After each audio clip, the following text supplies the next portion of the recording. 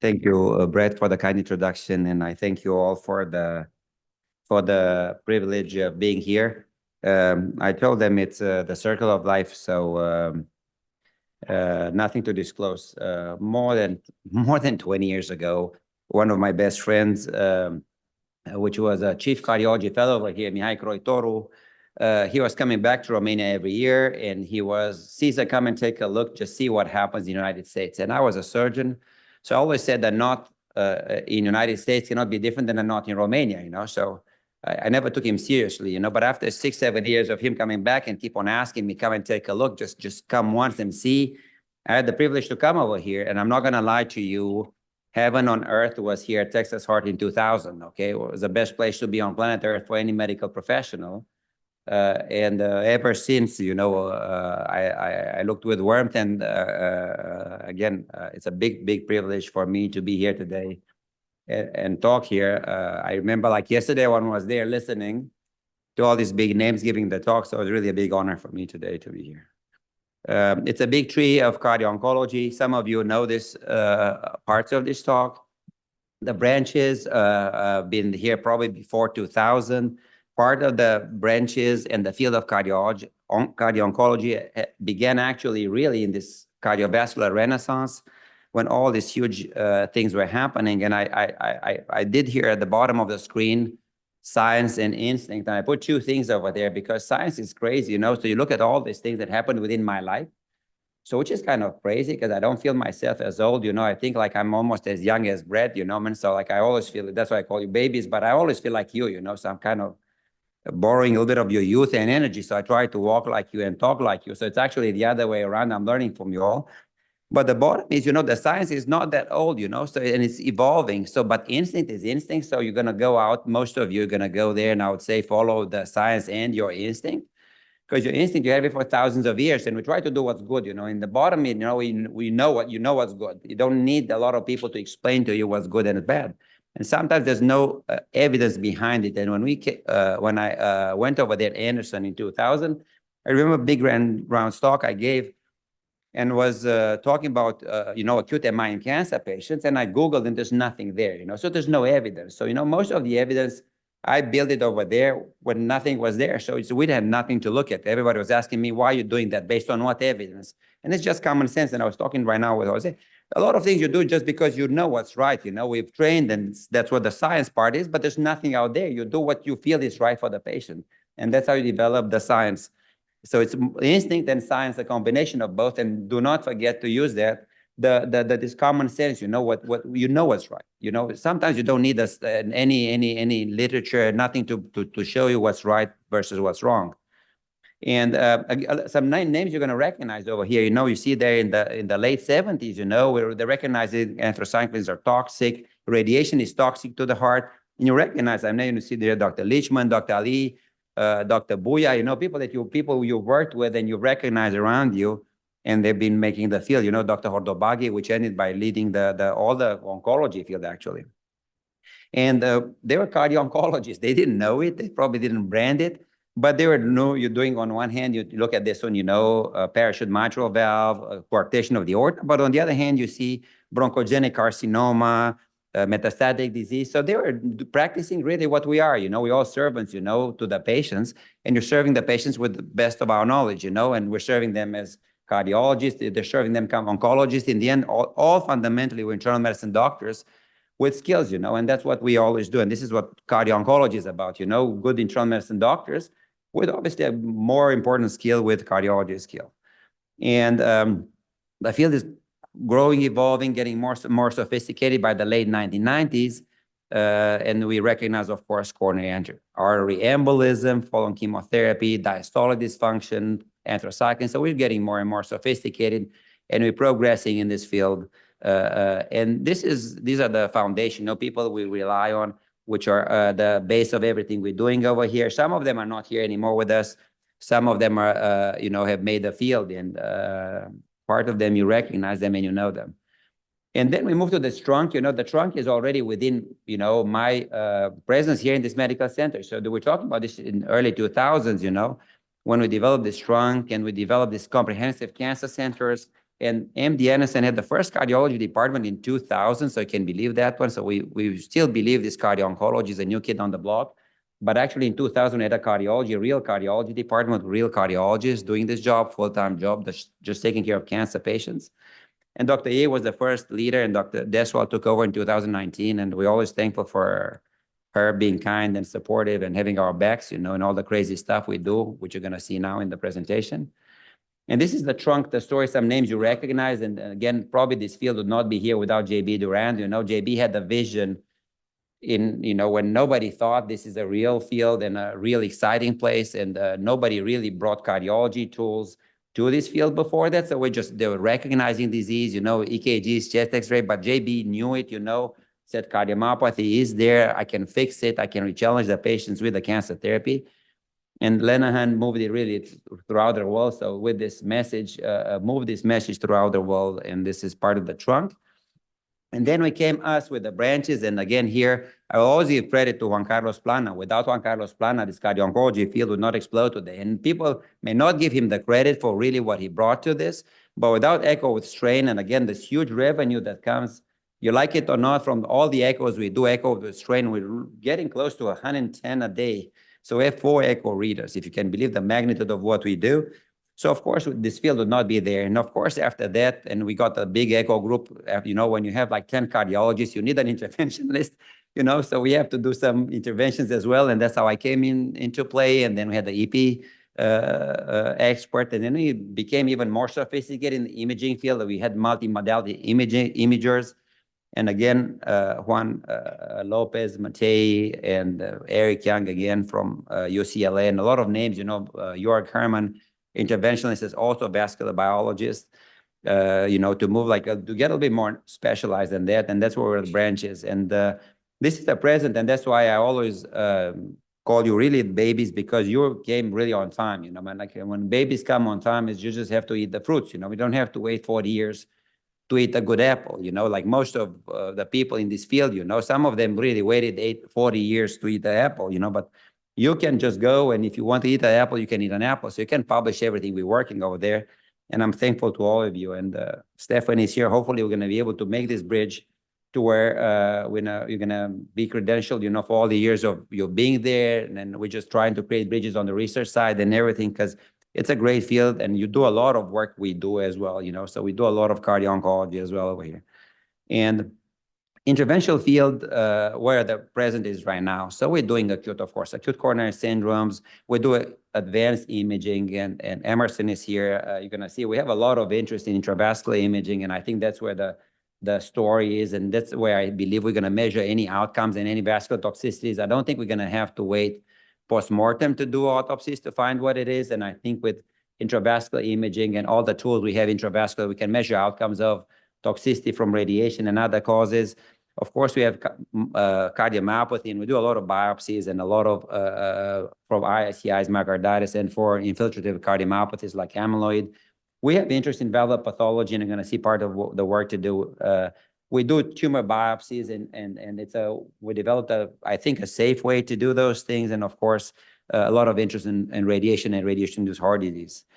And fundamentals of interventional onco-cardiology is that simple. It's a very complex model, but in the end is what horse you're going to bet on to win the race. So if you read in the chart, it says relapsed, refractory, failed certain lines of chemotherapy, are you going to bet on that horse is going to make it to the end of the line? And the answer is no, again, back to the instinct. You get in the room, you stay at the door, and that patient is going to have a few weeks to live, This is not a patient that needs a stent. You like it or not, it's that simple. We can have all the index of frailty. You can spend 10 hours to come up with a model, but in the end, you look at the door, that patient is not going to make it longer, and we have to learn from the surgeons. Sometimes the surgeons do a great job, They don't do surgeries on patients they don't think they're viable. And interventionalists, we learned a lot from them as well over there.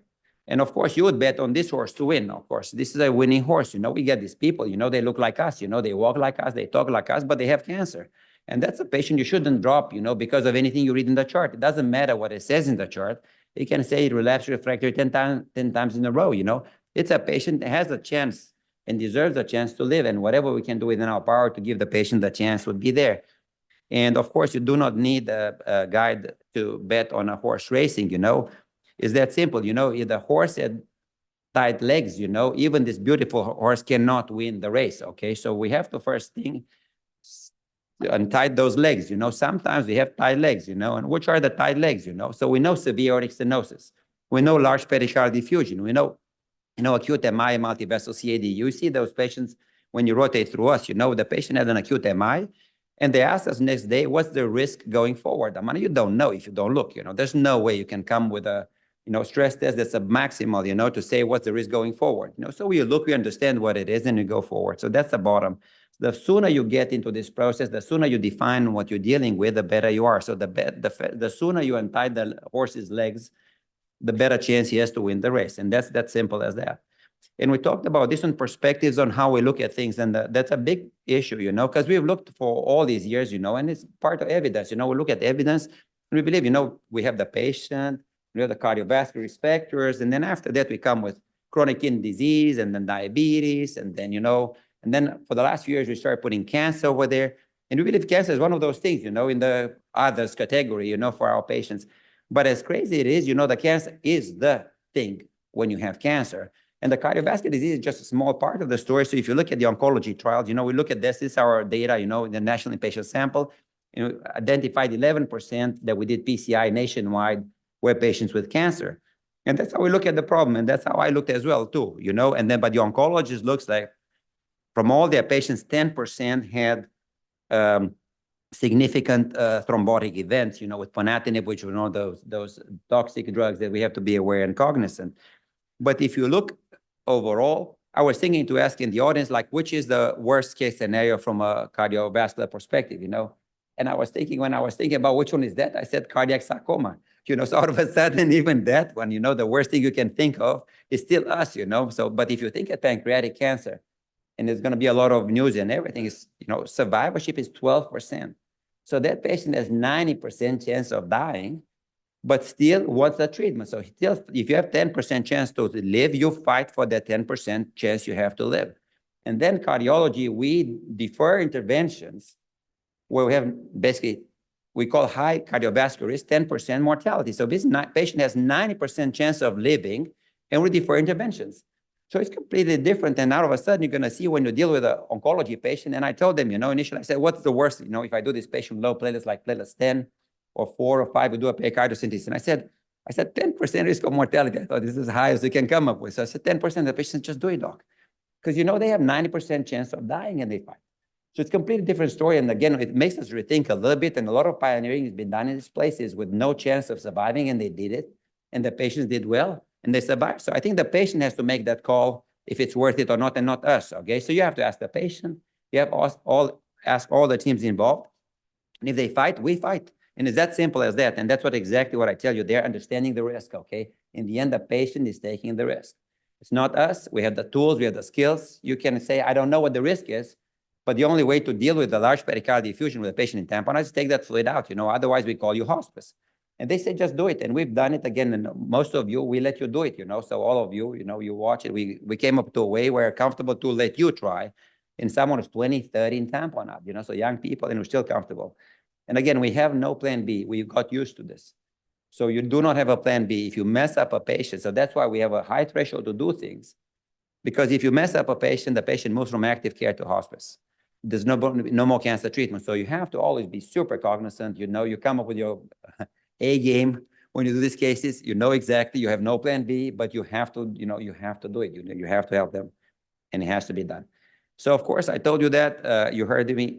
It's testing cancer field, testing valves, testing stents is probably Sahara for Land Rover. So instead of testing a Land Rover in Houston, Texas, you test that Land Rover in Sahara, okay? It's the highest thrombotic risk and the highest bleeding risk. So because of that, you're not going to see us testing new technologies, you know? So we look at you know, things you've done, things you've established, and then we use them in our cancer patients. We cannot really test, like, for example, a new valve. I wish I would test a new, you know, a TAVR, but guess what? We're going to use the TAVR that has most evidence, most data. I'd like to try a new stent, you know, and sometimes we try like the way we tried with Cobra PZF, because you need like 2 weeks, so we had to try something.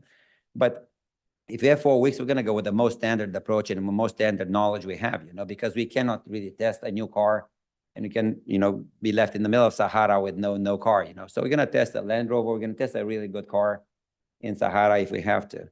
And back to the story, again, acute coronary syndrome in patients with thrombocytopenia. There is, we're privileged to lead under Cindy Grind's leadership, this expert consensus. We're fixing to do the guidelines. So the guidelines are going to be here probably late this year, early next year. But acute coronary syndrome and thrombocytopenia. And again, in patients with acute coronary syndrome and platelet counts less than 100,000, what we've learned is, again, we stay away in patients with sepsis and active bleeding. So those we stay away.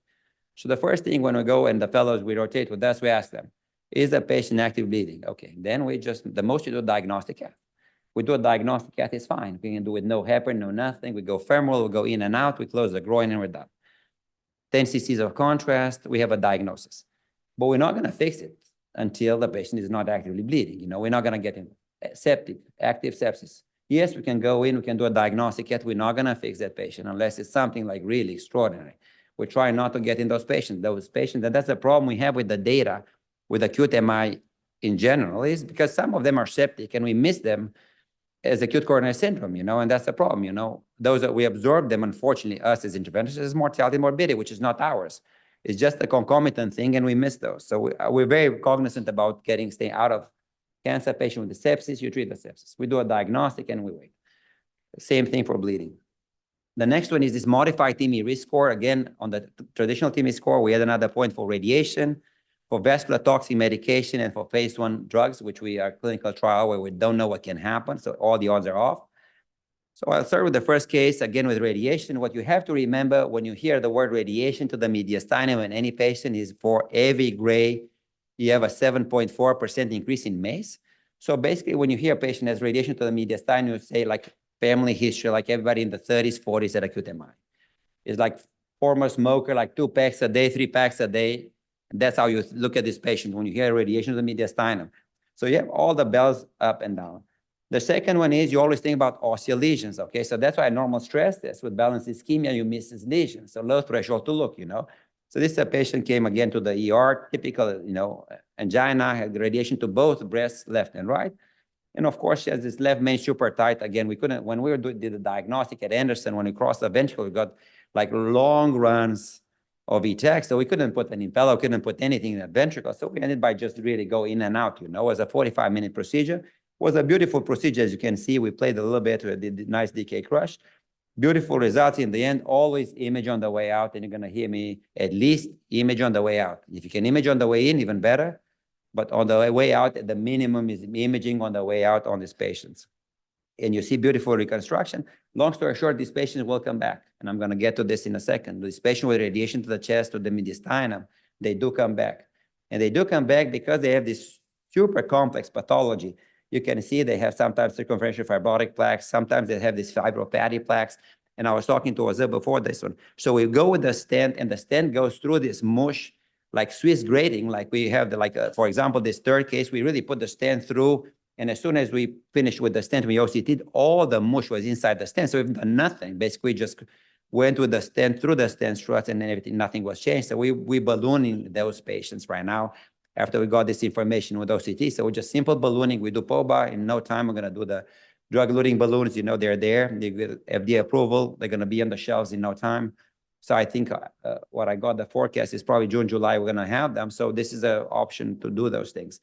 Again, calcified plaques, again, combination of fibrous and fatty. The worst are the fibrous ones. We've done everything we could know. We lasered them. We did shockwave them. We did everything we know, and they don't stretch, okay? So this is another story. So you have to know when you get in these stories, and I think OCT is a great tool to get inside those plaques and see what it is. For one of really for the babies, the project is going to be, you got the radiation, you have to map what the radiation was, you have to map the segments, how much direct radiation they got on those segments, and see what kind of plaques they develop. And then maybe we can foresee and understand and maybe prevent these ones with probably hydrostatin therapy, a combination of hydrostatin therapy or PCSK9 inhibitors or both.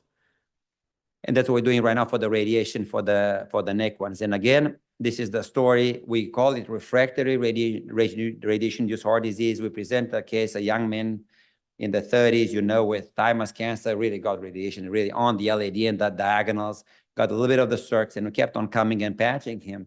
And the goal is here too, we have competing risks, the cancer and us with this radiation-induced heart disease. Again, our goal is to annul the cardiovascular mortality and morbidity. And again, agent will be here shortly, and probably is the right agent for the right problem, you know. So will be one of those. We're going to use this drug-eluting balloons for sure. Talking about vascular toxic therapies, again, sorafenib, sunitinib, all these TKIs are notorious for doing this one. Again, early invasive strategy is key, so knowing what you're dealing with. This was a young man in the 20s, came to the EC with platelets in the teens. We got him with what we thought on echo was Takotsubo. Again, if we do not see Takotsubo, only a few people see more Takotsubo than we do. So we read them on the echo Takotsubo, so we all high-fived, you know, but we all want to make sure. So we cath this patient just to make sure. You know, we never thought it's going to be anything else but Takotsubo. And guess what? At this miserable disease, and some other people missed before, because you see the MRI, all the apex was down and scarred already. So it was a disease that was, you know, misdiagnosed a few times before that. So they missed the diagnosis. And again, another young man, again, late 30s, no cardiovascular risk factors on ponatinib, high doses ponatinib. Again, we're going to hear about this. This is proven CAD until documented otherwise negative. Normal stress echo, abnormal stress echo.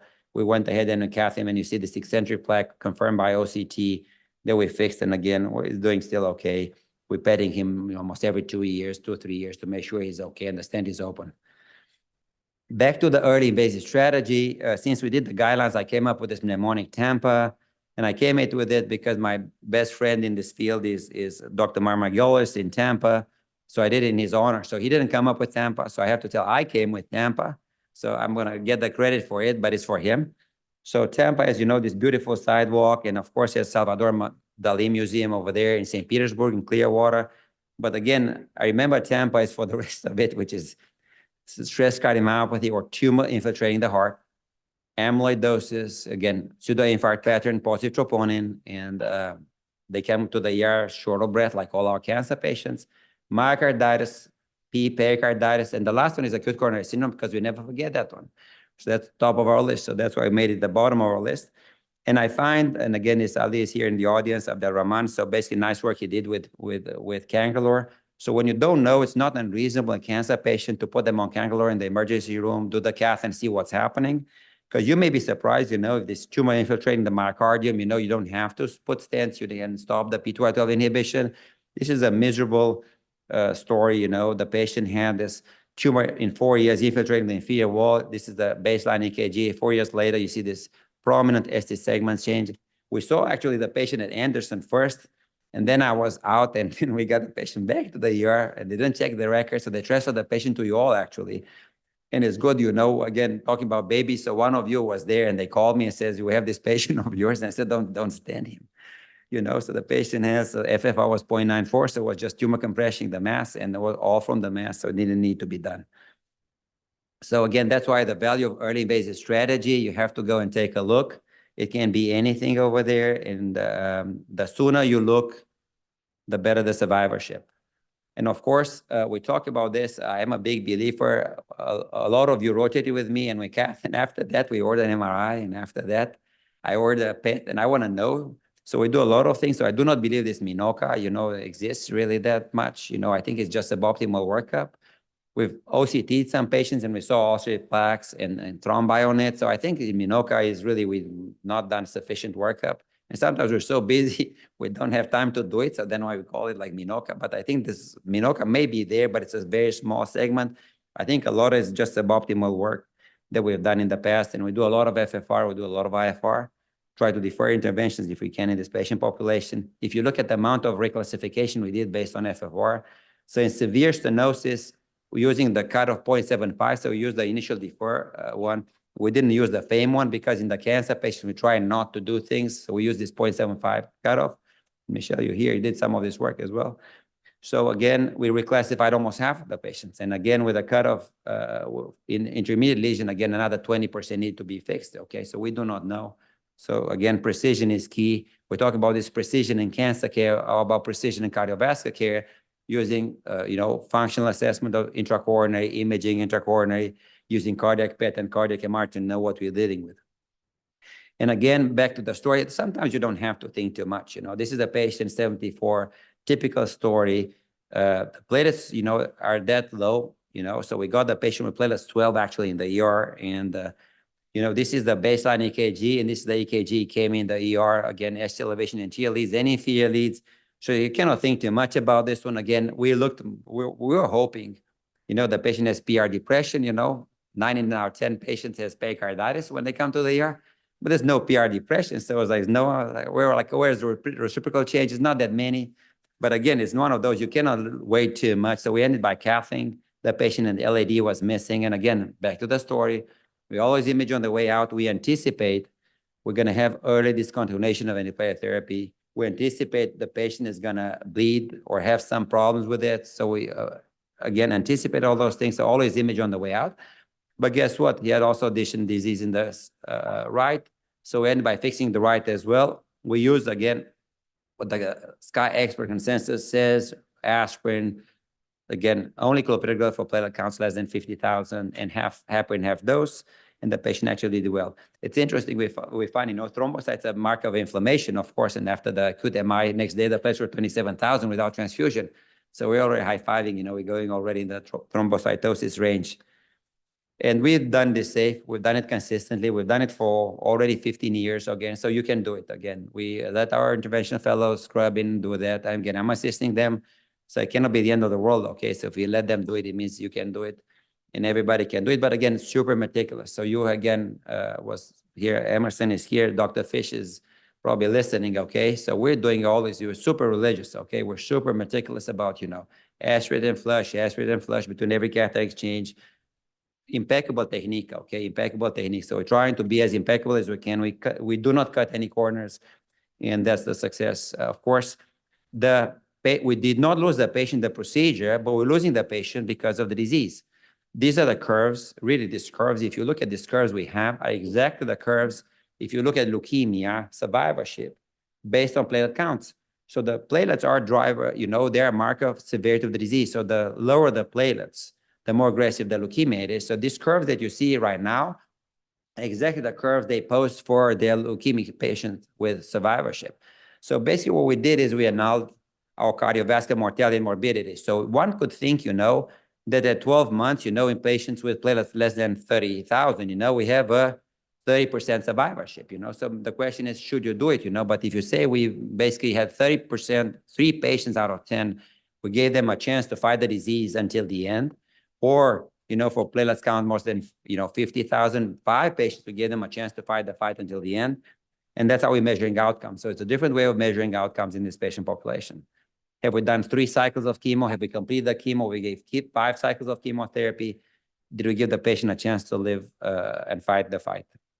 Again, the SCI expert consensus says, again, no platelet transfusion, again, unless the patient is bleeding from the cancer, like in the bladder, in the gut, or if you have any procedure-related bleeding. Otherwise, again, we use aspirin and Plavix, less than 50,000. Above 50,000, we're going to see that. Above 50,000 is Ali Aga's work. With us, we do like it's normal platelets. So above 50,000, we do not look at them. You can use ticagrelor. We can use, everything you can think of. We've done these procedures, like considering the norm. Below 50,000, you look at this thromboelastogram. It depends. If the R is prolonged, then we correct it with fresh frozen plasma. If the angle is narrow, then we use cryo. And if the maximum amplitude is low, then we use platelets. And if you don't remember this, I talk that to the fellow, then use all 3. You have nothing to lose. If the patient is bleeding, then use all 3, but do not give only platelets. So you give cryo, you give fresh frozen plasma, and cryo. So again, in thrombocytopenic patients, if you have a bleeding, you correct all 3 if you do not have a thromboelastogram before the procedure. Back to the story, again, you can see that a good amount of them are Takotsubo, so don't forget to do an LV-gram if the creatinine allows you to. 3 stories, 3 patients, all in the 80s, all the same risk factors, all on ICI therapy, so immune checkpoint inhibitors. All severely thrombocytopenic. 1 had Takotsubo, 1 had ICI myocarditis, 1 had 3-vessel disease. So you don't know until you look. So again, it's one of those, you're comfortable, you know how to do that. Again, meticulous, we can do a diagnostic cath and see what's happening. So again, early invasive strategy is key. After Takotsubo, 2 to 4 weeks, our patients recover the ejection fraction.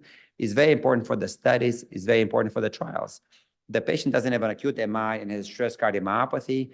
On beta blockers, we challenge them with a life-saving cancer therapy. And actually, they did fine. We had no recurrent Takotsubos once EF recovered. And EF recovers somewhere between a few days to the most was a month when we had those situations. So again, it's important to know, it's important to diagnose Takotsubo in this patient population. And this is, again, typical story, apical ballooning. Back to the story again, if the patient has CAD, the question we had initially was, is it bare metal stent, a drug-eluting stent? And a great work one of our interventional fellows, Talha Ahmed, did with us. So basically, the drug-eluting stent did not have, in this cancer patient population with increased thrombotic risk. So the new drug-eluting stent did really as good as bare metal stents. So we've walked away from using bare metal stents probably close to 7 years ago. So we would not use a bare metal stent, irrespective of the scheduled surgery, whatever you want. So we use drug-eluting stents, and you're going to see that we discontinue antiplatelet therapy at 4 weeks. So we do not use bare metal stents. We've used, again, and Emerson knows, we used some Cobra PZF stents for 2 weeks. When we had this crazy case where at only 2 weeks, we used the Cobra PZF stent. We kept them on aspirin and Plavix for 2 weeks. And after that, we dropped that on aspirin. And I would have published that data, but the company, filed for bankruptcy. So it might make no sense to publish the data. But we have probably 15 patients where we used Cobra PZF stent, and we did aspirin and Plavix for 2 weeks. And after that, we dropped patients only on aspirin. Again, how early? Again, we talked about this one. Assume we're going to have a short DAPT course when you have a cancer patient. Assume you're not going to have the 6 months you hope for. Assume you're not going to have 3 months you hope for. If you're lucky if you're going to be able to complete a month, okay? So if that's the case, then think of the work you have to do in the procedure. So again, make sure you image on the way out. Again, assume the oncologist is going to want to resume the cancer therapy tomorrow. Assume all those things. So you can have, again, a chemotherapy that may be prothrombotic as well. So, but with that being said, we've done it. Again, we've resumed chemotherapy the night of the stenting for leukemic patients. Again, usually like 2 weeks for immunotherapy. We're like 2 weeks for chemotherapy if the cancer is not that dramatic and it's not emergent. So those are the numbers. 4 weeks for surgery, again, for Whipples. Again, Abdelrahman is going to have to write this one too. So we did a lot of stenting, and after that, we did Whipples, we did major esophagectomies with again, stenting, and then after that, discontinuation of P2Y12 inhibition at 4 weeks. And talking about the data before revascularization, before surgery, our surgeons do not do Whipples and esophagectomies with multivessel CAD. So whatever literature is out there, they do not read it or they ignore it. So until we fix the vessels, we do not get the cancer treatment. So that's simple, we cannot wiggle around it. We fix it, and then we assume at 4 weeks, we like it or not, they're going to stop multivessel PCIs. And again, we have done them. They never called us for stent thrombosis. So it has to be a good result, So as of now, it's a doable thing. Back to the story again, that's our work with Emerson here, bringing on the light using optical coherence tomography. When we started over there, the story was the patient came with epigastric pain, had a stress test, came back abnormal, got the stent, got dual antiplatelet therapy. They started bleeding from the esophageal cancer, gastric cancer, and that was resectable, was curable with the stent placed, just placed, 3-4 weeks ago, And then we did optical coherence tomography. We came up with, we came up with this criteria, okay? So they're really novel. Nobody came up with this criteria before, but we called it low-risk stent, and Guillermo helped us with this.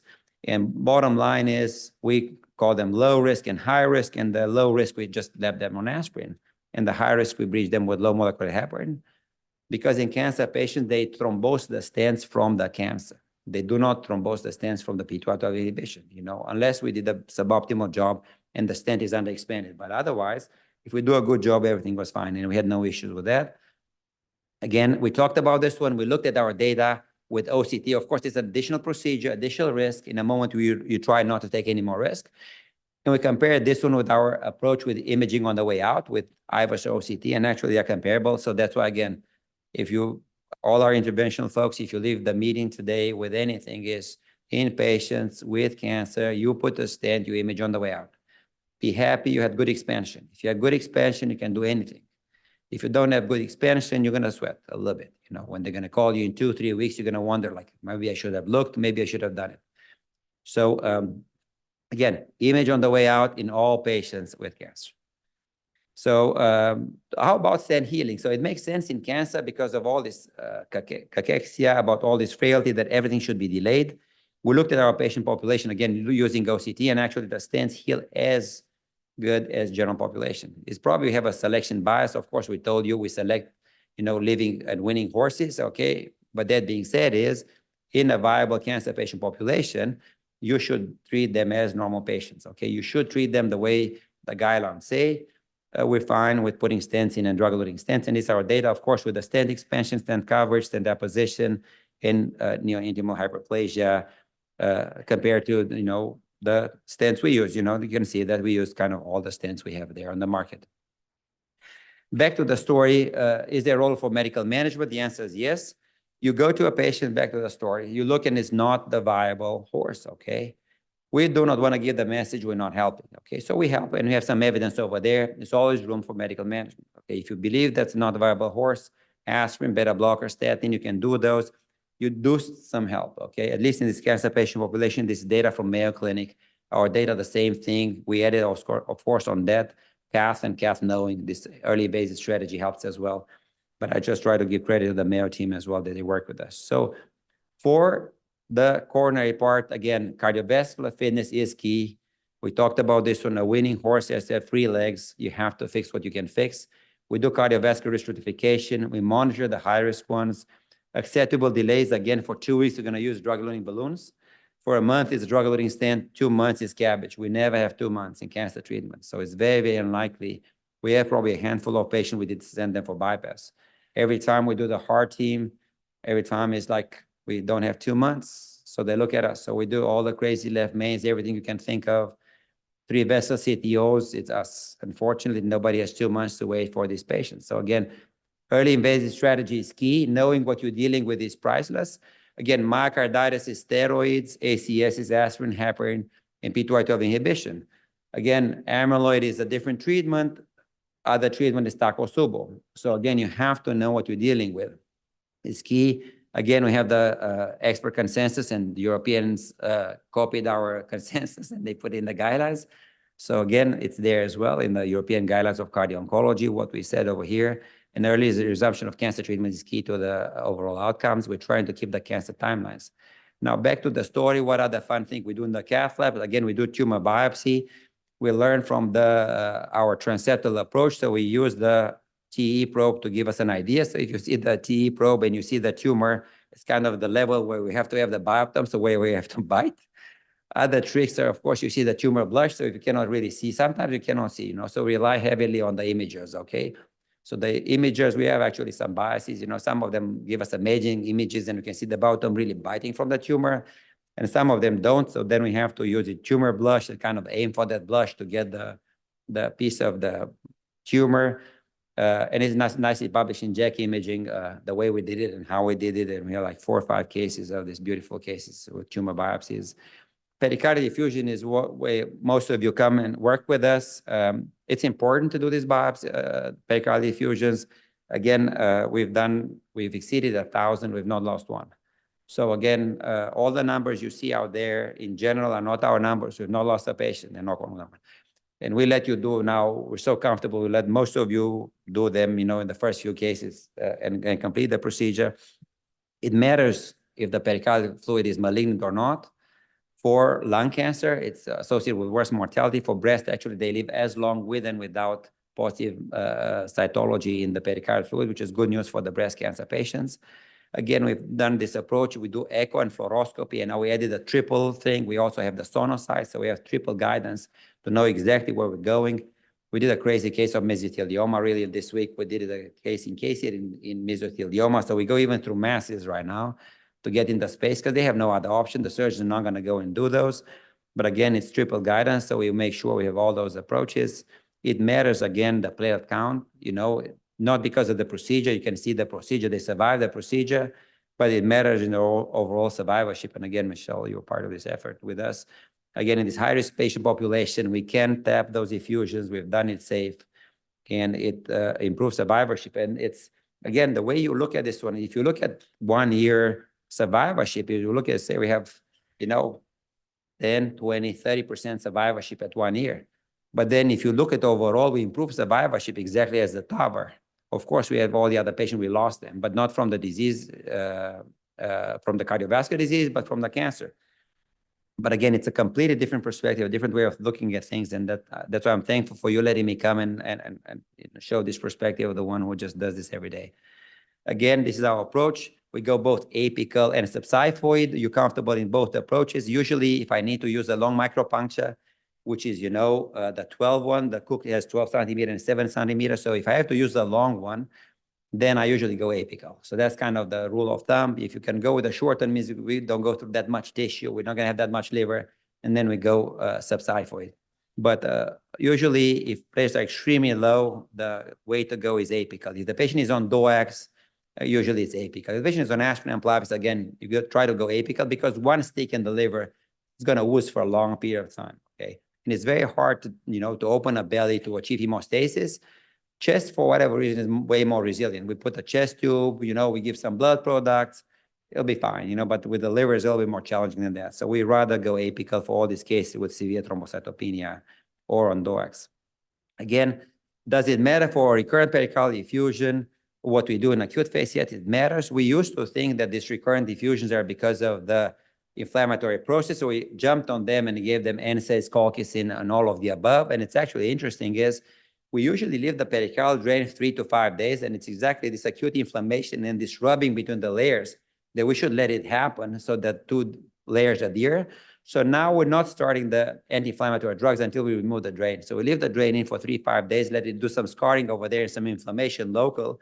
And after that, we remove the drain and we start the anti-inflammatory therapy after that because of this data. Of course, the younger they are, the more inflammatory process they have, more aggressive cancers they have, and they come more often back. So exactly the people we care the most are actually the people that come more often on the table. And of course, solid tumors, breast and lung, they do invade in the space, and that's why they come more often. And it's interesting is we did windows on them, and they cover the window as fast as they cover our pericardial drains. So our surgeons do not do even, recurrent effusions. They do not like to do them. So we have some people we tap 3, 4 times, 5 times, loculated, you name it, we're doing them because they close the windows in both aspects. How about severe aortic stenosis? So severe aortic stenosis is really straightforward. We have a few big questions. Should we do aortic valve replacement before cancer treatment? Should we do TAVR or surgical? How soon after the aortic valve replacement can you resume cancer therapies? And of course, how about the cancer survivors? So it's interesting is even before we had the TAVRs in the United States, Dr. Yusuf's data showed basically survivorship at 1 year is 80%. If you do the aortic valve, surgical, and was, in the 40% if you don't do it. So basically, not doing an aortic valve in a cancer patient is we're killing 5 patients. That's how you should think it, So you should do it. Again, as soon as you have a window, as soon as you can have an opening in the cancer treatment, you should do these valves. Now, the next question, of course, is, and again, this is our data after we started doing the TAVRs as well. You can see almost there's no difference between TAVR and SAVR in survivorship. But it matters if you do nothing. If you do nothing, we're killing more patients than we do. And everybody can say we have a selection bias, whatever bias. But the reality is the data is there. You should fix that valve. There's no way in a patient that has a hemoglobin 14 with a heart rate in the 60, 70, you're fine. But how about a hemoglobin of 8, tachycardic because they're going to be septic, hypotensive? It's not going to make it.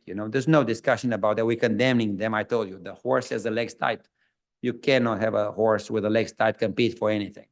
So you should at least unleash whatever you can is within our power. And so TAVR versus SAVR is mainly about the timelines. When I asked our oncology team, is there any data there to delay cancer treatment for 2 months? I cannot say in any formal meeting, how badly I got back from the oncologist, as and what a disrespectful call back I got from them. It's like, you're kidding me? Like, with a cancer, you should be treated yesterday. How can you wait 2 months, for anything to happen? so you can heal from the surgical procedure. So the bottom is always TAVR, you know. So we did TAVR when it was high risk. We did TAVR when TAVR was for moderate risk patient. Now TAVR is for low risk patient, and we do it on everybody. And we're going to do it for cancer patients as well, you know. So we wish, again, they will survive 10, 15 years, you know, to get the new valve in valve. And that's the bottom of it, you know.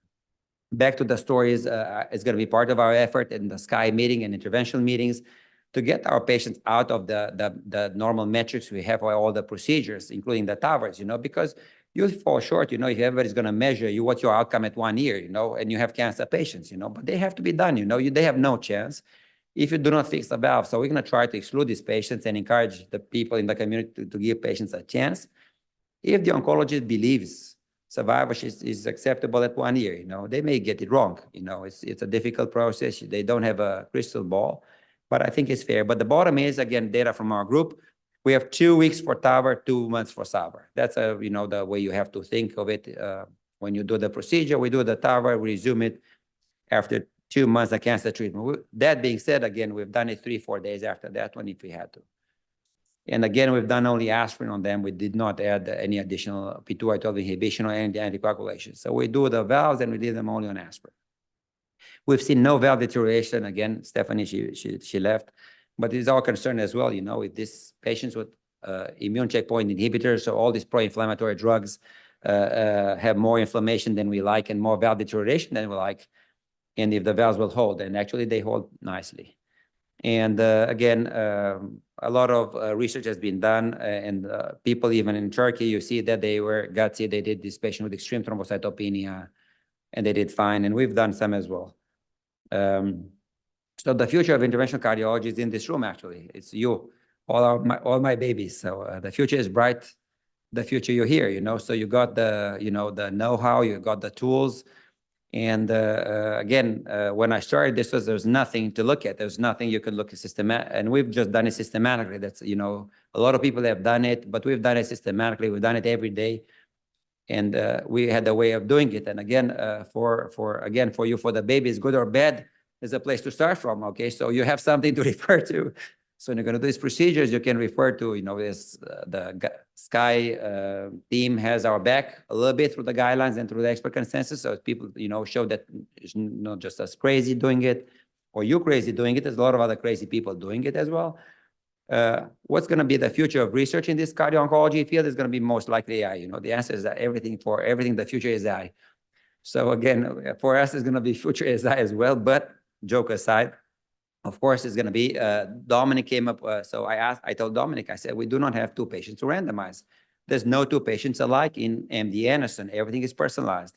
Everything is so narrow and focused on you when you're the patient that we cannot randomize A and B. So what are we going to do with it? How about you use your great, you know, knowledge, you know, and Dominic is a brilliant, is a physician, but has also 2 PhDs in stats and ethics. It's how about you use your brilliance and you make this machine, you learn from the national inpatient sample from MD Anderson Cath Lab Registry, and make the brilliant machine that you have, you know, learn from our registry and transport all this information national inpatient and see what you see and if it makes sense to you or not.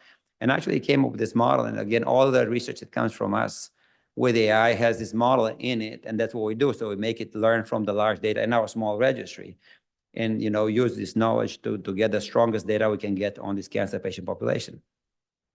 And to show the value of this one, again, and why it's so important to and of course, you know, large data is large data. You look really from the airplane, but large data has value.